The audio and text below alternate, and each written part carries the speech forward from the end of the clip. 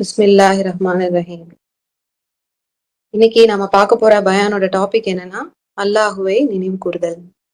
குரானை படிச்சு எந்தெந்த வழிகளில் எல்லாம் அல்லாஹுவை நினைவு கூறலாம் அப்படின்றத பார்க்கலாம். அவுது பில்லாஹி மினஷ் ஷைத்தானிர் ரஜீம். பிஸ்மில்லாஹிர் ரஹ்மானிர் ரஹீம்.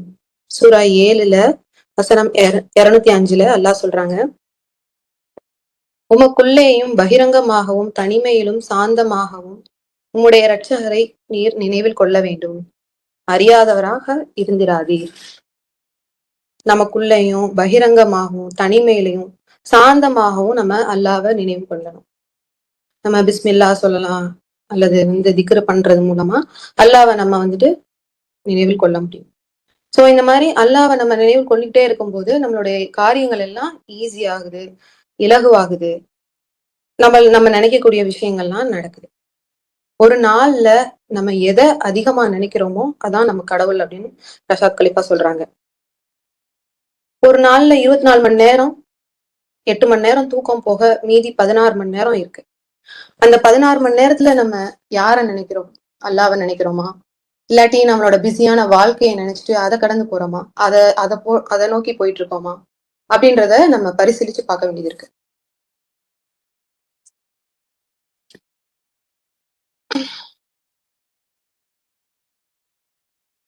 நம்ம அல்லாஹ்வை தான் அதிகமா நினைவு கூர்ந்துட்டே போகணும்.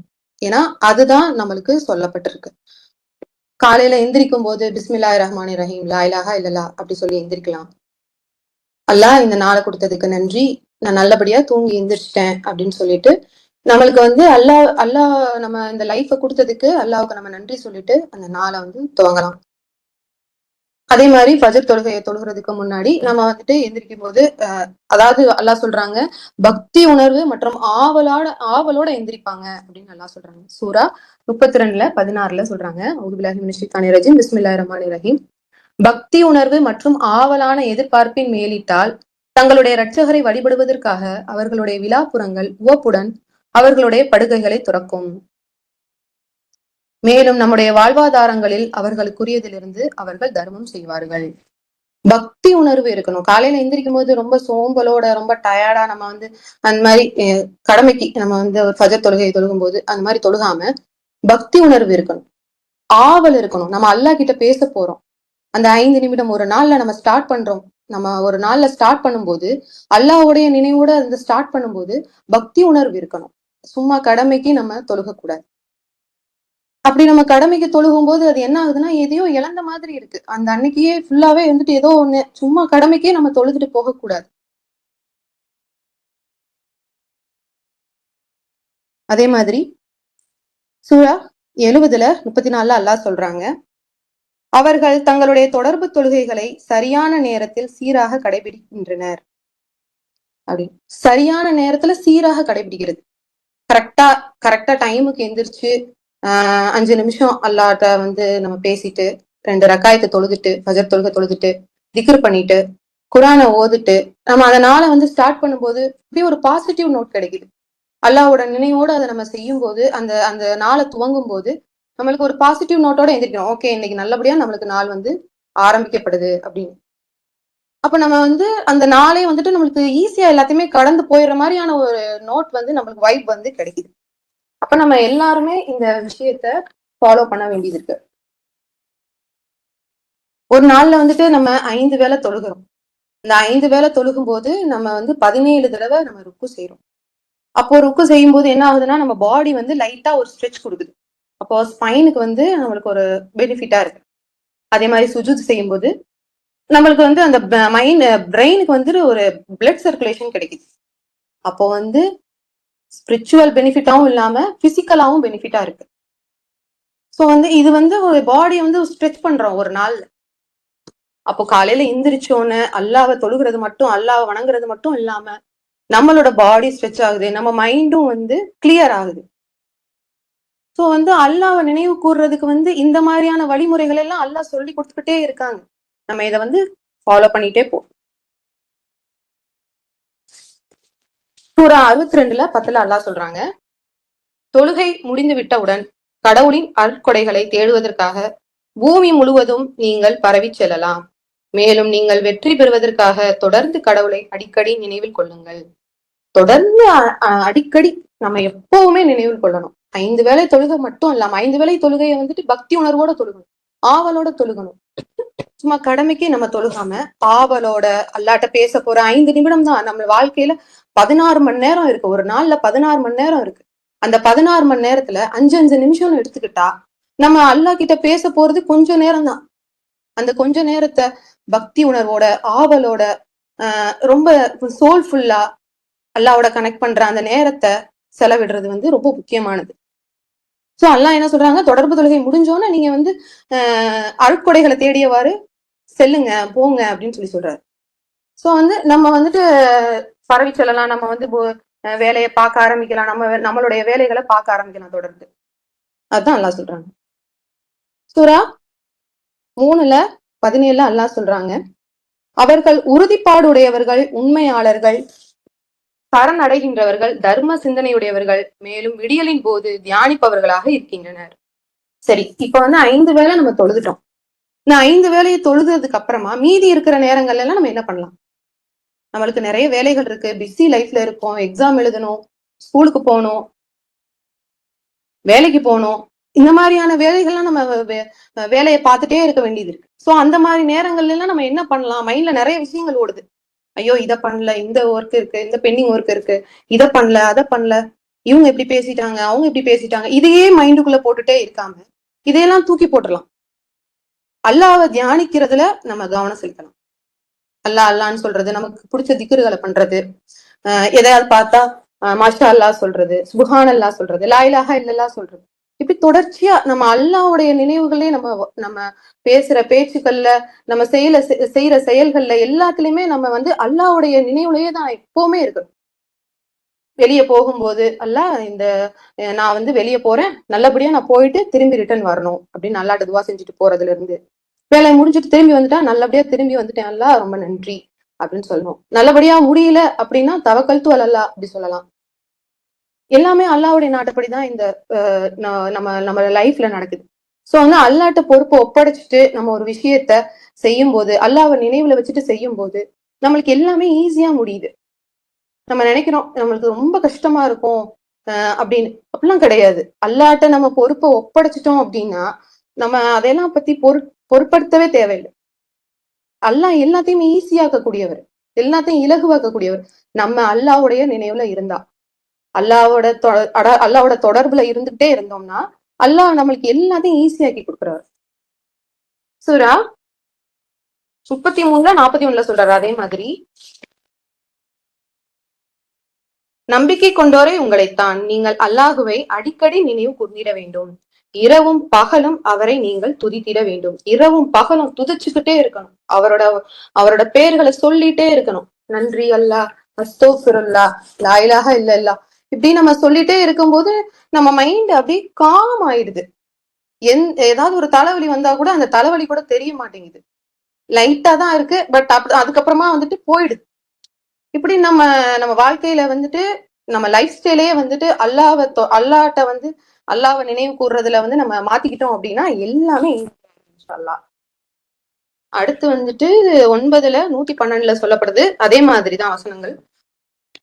அவர்கள் பாவத்திற்கு வருந்துபவர்கள், வழிபடுபவர்கள், புகழ்பவர்கள், தியானிப்பவர்கள், குனிந்து வழிபடுபவர்கள், அத்துடன் சிரம்பணிபவர்கள், நன்னெறியினை ஆதரிப்பவர்கள், அத்துடன் தீமையை தடுப்பவர்கள். அவங்க வந்து பாவத்திற்காக வருந்துவாங்க அப்படின்னு சொல்றாங்க. வழிபடுவாங்க.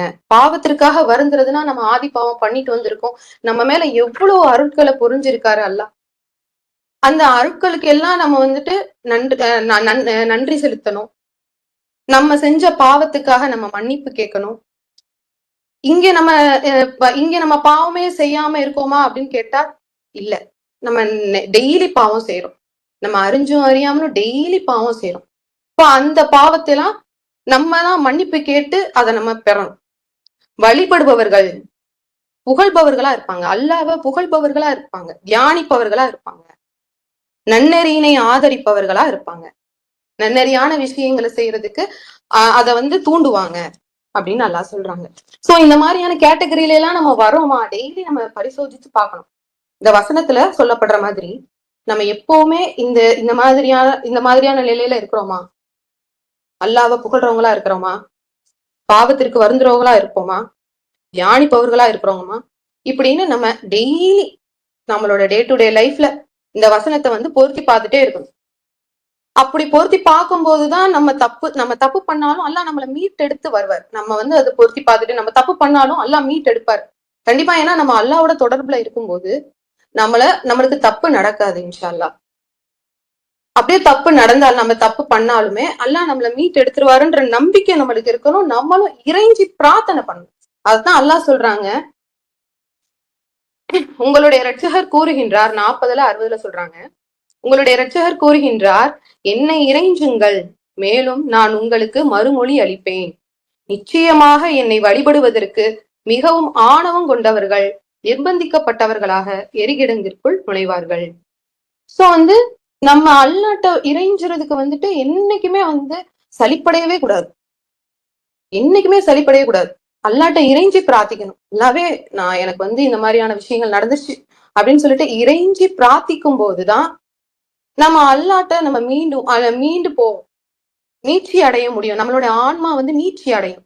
இந்த உலக வாழ்க்கை வந்து ரொம்ப குறுகிய நாட்கள் தான், டெம்பரவரி தான், ரொம்ப கொஞ்ச நாட்கள் தான் நம்ம இருக்க போறோம். இந்த கொஞ்ச நாட்கள்ல நம்ம வேலை வேலை பிஸின்னு இப்படியே நம்ம போய்கிட்டே இருந்தோம் அப்படின்னா நம்ம நம்ம எட்டர்னல் அடையிறதுக்கு எப்ப நம்ம பாடுபட போறோம்? பிஸியான லைஃப் எல்லாருக்குமே இருக்கதான் செய்யுது. ஆனா அந்த நேரங்கள்ல நம்ம அல்லாஹ்வுடைய நினைவுலயே இருக்கும்போது நம்ம வந்து நம்மளோட மீட்சி அடைதல் வந்து ஈஸியா நிகழும் இன்ஷா அல்லாஹ். அடுத்து வந்து சூரா 17-79 அல்லாஹ் சொல்றாங்க, அதான் மேலதிகமான நன்மைக்காக உம்முடைய இரட்சகர் ஒரு கௌரவமான அந்தஸ்திற்கு உம்மை உயர்த்தக்கூடும் என்பதற்காக இரவு பொழுதினில் நீர் தியானம் செய்ய வேண்டும். மேலதிகமான நன்மைக்காக அப்படின்னா, மேலதிகமான நன்மை அப்படின்னா சொர்க்கம் அப்படின்னு எனக்கு புரிஞ்சுது. சொர்க்கத்தை தான் அடையிறதுக்கு தான் அல்லாஹ் இந்த விஷயத்த சொல்றாங்க. தியானம் பண்ணும்போது நம்மளுக்கு வந்து அந்த மேலதிகமான நன்மை வந்து கிடைக்கும் அப்படின்னு அல்லாஹ் வந்து நமக்கு சொல்லும் போது நம்ம வந்து அதுல வந்து திக்ரு பண்றதுல, அல்லாஹ்வை நினைவு கூறுறதுல சலிப்படையவே கூடாது. எந்நேரமும் அல்லாஹ் அல்லான்னு சொல்லிட்டே இருக்கிறது, பிஸ்மில்லாஹிர் ரஹ்மானிர் ரஹீம், லா இலாஹா இல்லல்லாஹ் சொல்லிட்டே இருக்கிறது, சுப்ஹானல்லாஹ் சொல்றது, இந்த மாதிரி சொல்லும் போது நம்மளுக்கு வந்து மீட்சி கிடைக்குது. நம்மளோட மைண்டு அமைதியாகுது. அல்லாஹ்வை துதிக்கிறது மூலமா, புகழ்றது மூலமா தான் நம்மளோட இதயங்கள் அமைதி அடையுதுன்னு அல்லாஹ் சொல்றாங்க. சூரா 53-43 சொல்றாங்க. சாரி 13-28 சொல்றாங்க, அல்லாஹ்வை நினைப்பதில் களிப்படைகின்ற இதயங்கள் கொண்டவர்கள் அவர்கள்தான். ஆம், நிச்சயமாக கடவுளை நினைப்பதன் மூலமே இதயங்கள் களிப்படைகின்றன. அல்லாஹ்வை நினைப்பதன் மூலமா தான் இதயங்கள் வந்து ஹாப்பி ஆகுது, ஹாப்பினஸ் கிடைக்குது. நம்ம நிறைய விஷயங்கள் நம்ம வாழ்க்கையில வந்துட்டு பிஸி லைஃப்ல வந்து யோசிச்சுக்கிட்டே இருக்கிறோம், எதுவுமே நடக்க மாட்டேங்குது, எதுவுமே நம்ம நினைக்கிறதே நடக்க மாட்டேங்குது அப்படின்னு. அப்படி கிடையாது.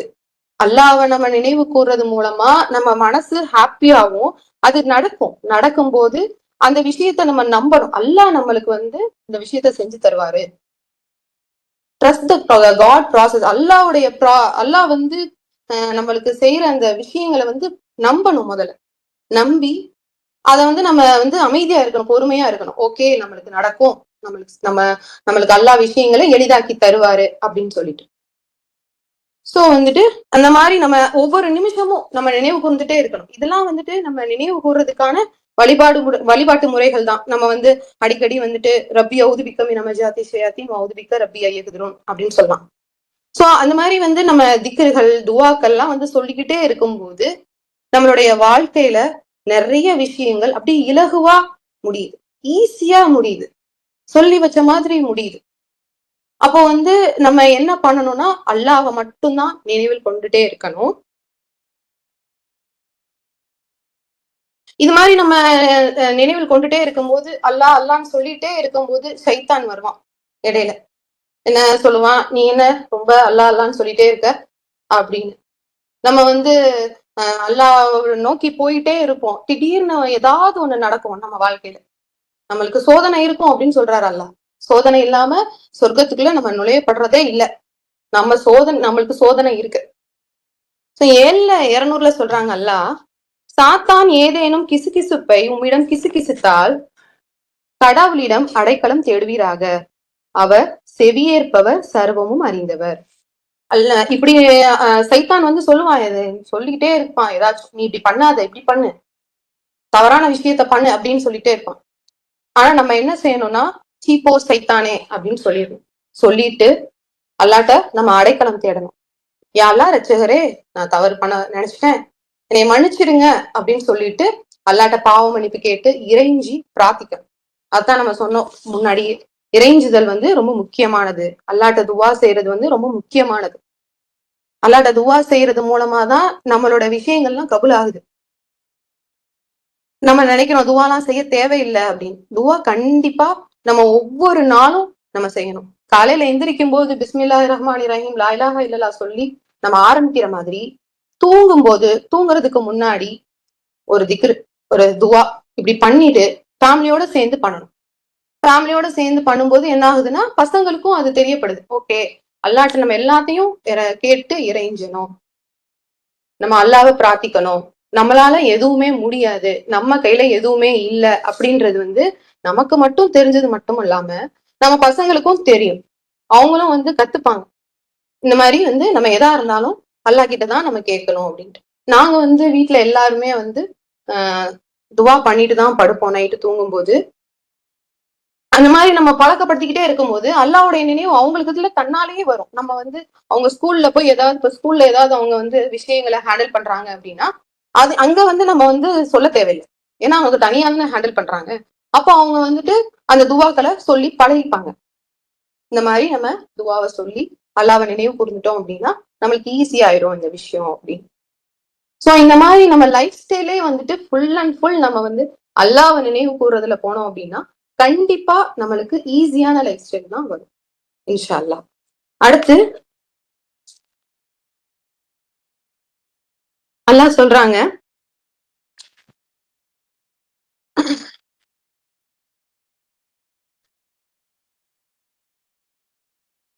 17ல 111ல மேலும் பிரகடனப்படுத்துவீராக, புகழ்ச்சி அல்லாஹுக்குரியது. அவர் ஒருபோதும் பிள்ளை ஒன்றை பெற்றெடுக்கவில்லை, அன்றி அவருடைய அரசுரிமையில் அவருக்கு பங்குதாரர்களும் இல்லை. அன்றியும் பலகீனம் காரணமாக கூட்டணி எதுவும் அவருக்கு தேவையும் இல்லை. மேலும் இடைவிடாது அவரை பெருமைப்படுத்துவீராக. இடைவிடாது தொடர்ந்து அவரை பெருமைப்படுத்தணும் அப்படின்னு நல்லா சொல்றாங்க. நம்மளுக்கு எவ்வளவோ அருட்களை அழிச்சவருக்கு நம்ம வந்து இடைவிடாது பெருமைப்படுத்துறதுக்கு வந்து நம்ம சலிப்பே அடைய தேவையில்லை. நம்மளுக்கு பிடிச்ச வாழ்க்கைய கொடுத்து, நம்மளுக்கு ஒரு இருப்பிடத்தை கொடுத்து, நம்மளுக்கு நல்ல சாப்பாடை கொடுத்து, எவ்வளவு தப்பு பண்ணிட்டு வந்திருக்கோம் இல்லையா? ஆதி பாவத்துக்காகவே நாம வாழ்க்கை முழுக்க வந்து மன்னிப்பு கேட்க வேண்டியது இருக்கு. அது மட்டும் இல்லாம இங்கேயும் நம்ம வந்து தப்பு பண்ணிட்டு தான் இருக்கோம். அந்த தப்புக்கெல்லாம் நம்ம வந்து மீண்டு வரணும் அப்படின்னா நம்ம இடைவிடாது அவரை பெருமைப்படுத்திக்கிட்டே தான் இருக்கும். தொடர்ந்து எங்க போனாலும் எங்க இருந்தாலும், அங்க போயிட்டேன் எங்க போயிட்டேன், நான் ரொம்ப பிஸி ஆயிட்டேன், எனக்கு இவ்வளவு வேலைகள் இருக்கு அப்படின்னு சொல்லாம அல்லாவை நினைவு கூர்றதுக்கு வந்து நம்மளையே அர்ப்பணிக்கணும். அப்படிதான் நம்ம சொல்ல முடியும். ஏன்னா இந்த வாழ்க்கைய நம்மளுக்கு பூரணப்படுத்தி கொடுத்திருக்கிறாரு அல்லா. நம்மளுக்கு இருக்கிற இருப்பிடம் கொடுத்திருக்கிறாரு, போடுறதுக்கு நல்ல ஒரு ட்ரெஸ் கொடுத்திருக்காரு, நல்ல உணவுகள் கொடுத்திருக்கிறாரு. இப்படி நம்ம வந்து நம்மளுடைய ஆட்களை எண்ணிக்கிட்டே போனோம் அப்படின்னா பத்தாது. அல்லாஹ் வந்து நினைவு கூர்றதுக்கு இந்த நாள் முழுக்க பத்தாது, இந்த லைஃப் ஃபுல்லா வேணும். நம்மளோட எண்ட் ஆஃப் த டே அன்னைக்கு நம்ம நினைக்க கூடாது, அல்லாஹ் ஐயோ நம்ம வந்து தப்பு பண்ணிட்டோமே, நம்ம இறைஞ்சி இருக்கணுமே, நம்ம பாவ மன்னிப்பு கேட்டிருக்கணுமே, நம்மளுடைய விஷயங்களுக்காக நம்ம அல்லாஹ்வை நம்ம துதிச்சிருக்கணுமே, புகழ்ந்திருக்கணுமே அப்படின்னு அந்த கடைசி எண்ட் ஆஃப் த டே, நம்மளோட எண்ட் ஆஃப் த டே அன்னைக்கு நம்ம யோசிச்சுட்டு இருந்திருந்தோம் அப்படின்னா அந்த நிலையை வந்து யோசிச்சு பார்த்தோம்னா நம்மளுக்கு தெரியும். அந்த நிலையில வந்துட்டு அந்த மாதிரியான இது அல்லாஹ்வை நினைவு கூறாம எதுவுமே செய்யாம நம்ம பிஸி லைஃப்லயே நான் பாட்டுக்கு இஷ்டத்துக்கு நான் இருப்பேன், நான் வந்து தொழுவ மாட்டேன், ஓத மாட்டேன், எதுவுமே பண்ண மாட்டேன், எனக்கு எல்லாமே கிடைச்சிருக்கு அப்படின்னு நம்ம போய்கிட்டே இருந்தோம் அப்படின்னா எண்ட் ஆஃப் த டே கண்டிப்பா நம்ம வருத்தப்படுவோம். அதனால நம்மளுக்கு கிடைச்ச அருட்களுக்கு நம்ம நன்றி சொல்லிக்கிட்டு நம்மளுக்கு இன்னும் அல்லாஹ் வந்து நம்மளுடைய பாவங்களை மன்னிக்கணும் அப்படின்னு சொல்லிட்டு நம்ம பிரார்த்தனை பண்ணிட்டு இறைஞ்சி பிரார்த்தனை பண்ணணும். இறைஞ்சி பிரார்த்தனை பண்ணணும். அப்படியே மனசோட ஒப்பி, அல்லாவே நான் தப்பு பண்ணிட்டேன், என்னைய மன்னிச்சிருங்க அல்லாஹ், தயவு கூர்ந்து என்னை மன்னிப்பீராக, நரகின் வேதனையிலிருந்து என்னை காப்பீராக அப்படின்னு சொல்லிட்டு ஒவ்வொரு நிமிஷமும் நம்ம வந்து இறைஞ்சி பிரார்த்தனை பண்ணக்கூடியவங்களா இருக்கணும். அப்படி இறைஞ்சி பிரார்த்தனை பண்ணக்கூடியவங்களுக்கு தான் மீட்சி இருக்கு அப்படின்னு நல்லா சொல்றேன். அப்போதான் நம்மளுக்கு ஒரு இது கிடைக்கும். நம்ம லைஃப்ல வந்துட்டு நம்மளுக்கு வந்து எத்தனையோ ப்ராப்ளம்ஸ் இருக்குது. யார்கிட்டயோ போய் கேட்கிறோம், யார்கிட்டயோ போய் பேசுறோம். இந்த ப்ராப்ளம் எப்படி சால்வ் ஆக்குறதுன்னு தெரியல, எனக்கு எப்படி பண்றதுன்னு தெரியல, என்ன செய்யறதுன்னு தெரியல. அதெல்லாம் நம்ம யோசிக்கவே தேவையில்ல. அல்லாட்ட முழுசா நம்ம பொறுப்பை ஒப்படைச்சிடணும். யா அல்லாஹ் ரட்சகரே, இந்த இந்த விஷயத்தை எனக்கு எளிதாக்கி கொடுங்க, இந்த விஷயத்துல எனக்கு ரொம்ப கஷ்டமா இருக்கு, இத எனக்கு வந்துட்டு நல்லதாக்கி கொடுங்க அப்படின்னு சொல்லிட்டு நம்ம கேட்கலாம். அப்படி கேட்கும்போது அது நம்மளுக்கு இலகுவாக்கப்படுது, கையில வந்து அல்லாஹ் கொடுத்துடுறாரு. அப்போ நம்ம வந்து என்ன செய்யணும்னா, நம்மளுக்கு ஒரே ஒரு குறிக்கோள் என்னன்னா, அல்லாஹ்வை புகழ்றது, அல்லாஹ்வை துதிக்கிறது, அல்லாஹ்வை தொடர்ந்து நினைவுல வச்சுக்கிட்டே இருக்கிறது. தொடர்பு தொழுகை மூலமா, திக்ரு மூலமா, குரான் படிக்கிறது மூலமா. குரான் வந்து டெய்லி படிக்கணும். இப்ப வந்து தொழுகை வந்துட்டு அல்லாட்ட நம்ம பேசுறோம், நம்ம அல்லாட்ட பேசுறோம். திக்ரு வந்துட்டு நம்மளுடைய எண்ணங்கள்ல இருக்கிற அந்த விஷயங்கள் எல்லாத்தையும் வெளியேற்றுறதுக்காக தான் நம்ம திக்ரு பண்றோம். சைத்தானுடைய எண்ணங்கள் நம்ம உள்ள வரவிடாம பண்றதுக்கு தான் நம்ம திக்ரு பண்ணணும். அப்படி பண்ணிட்டே இருக்கும்போது நல்லபடியா நம்மளோட மைண்டும் இருக்கும், நம்மளோட வாழ்க்கையும் இருக்கும். அதே மாதிரி குரான் படிக்கிறது போது அல்லாஹ் வந்து நம்ம கிட்ட பேசுவார். இந்த மாதிரியான கஷ்டங்கள் இருக்கா, நீ வந்து இந்த மாதிரி பண்ணிக்கோ, இந்த மாதிரி உனக்கு தோணுதா, இந்த மாதிரி நினைச்சுக்கோ. அப்படி இப்படி வந்து நம்மளுடைய வாழ்க்கையில வந்துட்டு குரானும் சரி, நம்ம வழிபாடு முறைகளும் சரி, நம்மளோட வாழ்க்கை ஃபுல்லா இருந்துச்சு அப்படின்னா எல்லாமே ஈஸி ஆயிரும். அதை தொடர்ந்து நம்மளுக்கு வந்து கடைபிடிக்கிறதுக்கு நம்ம பழகிக்கிறணும். நம்ம பிள்ளைங்களையும் வந்துட்டு பழக்கப்படுத்தணும். அவங்களுக்கும் வந்து அவங்களும் சொல்லுவாங்க, இந்த மாதிரி ரொம்ப இதெல்லாம் சொல்லிட்டே இருக்காதம்மா அப்படின்னு. எங்க வீட்டுல சொல்லுவாங்க பசங்க, இதெல்லாம் சொல்லிட்டே இருக்கிறம்மா அப்படின்னு. ஆனா வந்து நான் வந்து அதைத்தான் திரும்ப திரும்ப சொல்லுவேன். அல்லாவை தான் நினைவு கூறணும், அல்லாஹ் தான் நம்மளுக்கு எல்லாமே அப்படின்னு. அப்போ வந்துட்டு நம்ம அல்லாவை நினைவு கூறுறதுக்கு சலிப்படையவோ அல்லது வந்துட்டு சோம்பலா இருக்கவோ அல்லது வந்து என்ன வாழ்க்கை அப்படின்னு நினைக்கவோ தேவையில்லை. அல்லாஹ் எல்லாத்தையும் சரி பண்ணி குடிப்பாரு. 53 43 சொல்ற மாதிரி அவர்தான் உங்களை சிரிக்கவோ அளவோ வைக்கின்றார். நம்மளை சிரிக்க வைக்கிறதும் அல்லாதான், நம்மளை அள வைக்கிறதும் அல்லாதான். நம்மளுக்கு ஏன்னா அல்லாவுடைய நாட்டப்படிதான் நம்மளுக்கு நடக்குது. சோ அல்லாவுடைய நாட்டுப்படி நடக்கும்போது நம்மளுக்கு எல்லாமே சரியாயிரும் அப்படின்ற ப்ராசஸ நம்ம நம்பணும். சரியாயிரும், ஒரு நாள் சரியாகும் அப்படின்னு. நம்ம அது கிடைக்காது, நம்ம கேட்டது கிடைக்காம கூட இருக்கலாம். ஆனா அது வந்து அந்த ப்ராசஸ நம்பணும். ஓகே, அல்லாஹ் இன்னைக்கு தரலையா, நாளைக்கு தருவாரு. தரவே இல்லையா, ஒன்னும் பிரச்சனை இல்லை, அது எப்ப தருவாரோ தரட்டும் அப்படின்னு நம்ம வெயிட் பண்ணி அதுக்காக துவா செய்யணும். நம்ம லைஃப்ல வந்துட்டு நீட் ஒண்ணுன்னு இருக்கு, வாண்ட்னு ஒண்ணு இருக்கு. நீட் அப்படின்னா நம்ம லைஃப்ல வந்து முக்கியமான தேவைகள் இருப்பிடம், உடை, உணவு. இது மூணும் வந்து எல்லாருக்குமே கிடைச்சிருது. அந்த நீடுக்காக நம்ம என்னைக்குமே வந்துட்டு தேங்க் பண்றதோ அல்லது வந்து எதுவுமே இது சொல்றதோ கிடையாது, நன்றி சொல்றதோ கிடையாது. நன்றி சொல்றதோ அல்லது வந்துட்டு கிடைச்சிருக்கு அல்ஹம்துலில்லாஹ் அப்படின்னு சொல்றது கிடையாது. ஆனா அந்த வாண்ட்னு ஒண்ணு இருக்குல்ல, லைஃப் ஸ்டைல், இப்படிதான் இருக்கணும், நம்ம லைஃப் ஸ்டைல் இப்படிதான் இருக்கணும் அப்படின்னு, அதுக்குத்தான் நம்ம ஏங்குறோம். இந்த மாதிரி எனக்கு வந்து உடைகள் அணியணும், இந்த மாதிரி நான் சாப்பாடு சாப்பிடணும், இந்த மாதிரி ஒரு இடத்துல நான் இருக்கணும், அந்த லைஃப் ஸ்டைலுக்கு தான் நம்ம ஏங்கிக்கிட்டே இருக்கணும். ஆனா அந்த லைஃப் ஸ்டைல தேவைப்படுது அப்படின்னு நினைக்கும் போது அதுக்காக இறைஞ்ச மாட்டேங்கிறோம். இறைஞ்சி கண்டினியூஸா கான்ஸ்டன்டா அல்லாட்ட நம்ம கேட்கவே மாட்டேங்கிறோம். ஒரு தடவை கேட்டுட்டு அப்படியே விட்டுறோம். என்ன கேட்கலையே, நான் கேட்டேன் எதுவுமே கிடைக்கலையே அப்படின்னு நம்ம பேசாம விட்டுறோம். கண்டினியூஸா கேட்கணும், தொடர்ச்சியா கேட்கணும், இறைஞ்சி கேட்கணும். அப்படி இறைஞ்சி கேட்கும் போது அல்லாஹ் நம்மளுக்கு எல்லாத்தையும் ஈஸியாக்கி கொடுப்பாரு, கண்டிப்பா கொடுப்பாரு. அதே மாதிரி குரான் படிக்கிறது வந்து சாட்சி சொல்லப்படுது. காலையில குரான் படிக்கிறது வந்து சாட்சி சொல்லப்படுது அப்படின்னு சொல்றாங்கல்ல. சோ வந்து காலையில குரான் படிக்கணும், கண்டிப்பா படிக்கணும். 96வது வசனத்துல முதல் வசனம், 96வது அத்தியாயத்துல முதல் வசனம், படிப்பீராக படைத்தவரான உம்முடைய இரட்சகரின் பெயரால் முதலில் வெளிப்படுத்தப்பட்ட சூறா இது. சோ வந்துட்டு இந்த இந்த படிப்பீராக அப்படின்ற விஷயம் இருக்குல்ல, அதுதான் வந்து நம்மளுக்கு முதல் மெசேஜ். கண்டிப்பா குரானை வந்துட்டு டெய்லி படிக்கணும். இந்த ஒரு மாசத்துல வந்துட்டு நம்ம குரானை முடிக்கணும் அப்படின்னு சொல்லிட்டு பிளான் பண்ணியிருப்போம். ஒரு சின்ன ட்ரிக் சொல்றேன். 5 பக்கம் வந்துட்டு ஒரு ஒரு ஒரு தொழுகையில நம்ம இது முடிக்கலாம். இப்போ ஃபஜர் தொழுகையில வந்துட்டு ஒரு 5 பேஜ் அப்படியே முடிச்சிடலாம். அதே மாதிரி லுகர் தொழுகையில, அசர் தொழுகையில, மகரிப் தொழுகையில, இஷா தொழுகையில, இப்படி ஒவ்வொரு தொழுகையிலுமே ஒரு 5 பாகம் 5 பேப்பரா படிச்சுட்டோம் அப்படின்னா இந்த 30 நாள்லயுமே நம்ம வந்து குரானை முடிக்க முடியும் இன்ஷா அல்லா. சோ வந்து குரானையும் நம்ம டெய்லி படிக்கணும், டெய்லி பிராக்டிஸ் பண்ணணும். அந்த வசனங்களை வந்து நம்ம மனசுல வந்து பதிய வச்சு கடவுளை ஞாபகப்படுத்திக்கிட்டே இருக்கணும், நினைவில் வச்சுக்கிட்டே இருக்கணும். அதே மாதிரி திக்ரும் பண்ணணும். தொழுகையும் 5 வேளை தொழுகையும் பக்தியோட ஆர்வத்தோட தொழுகணும். இன்ஷா அல்லா எல்லாரும் நல்லபடியா அல்லாஹ்வை நினைவு கொள்றதுக்கு வந்து துவா செய்வோம். நம்மளும் நல்லபடியா அதே மாதிரி அதை வந்து நம்ம செயல்படுத்தும். அல்ஹம்துலில்லாஹ். இந்த வாய்ப்பை கொடுத்ததுக்கு அல்லாஹ்வுக்கு நன்றி.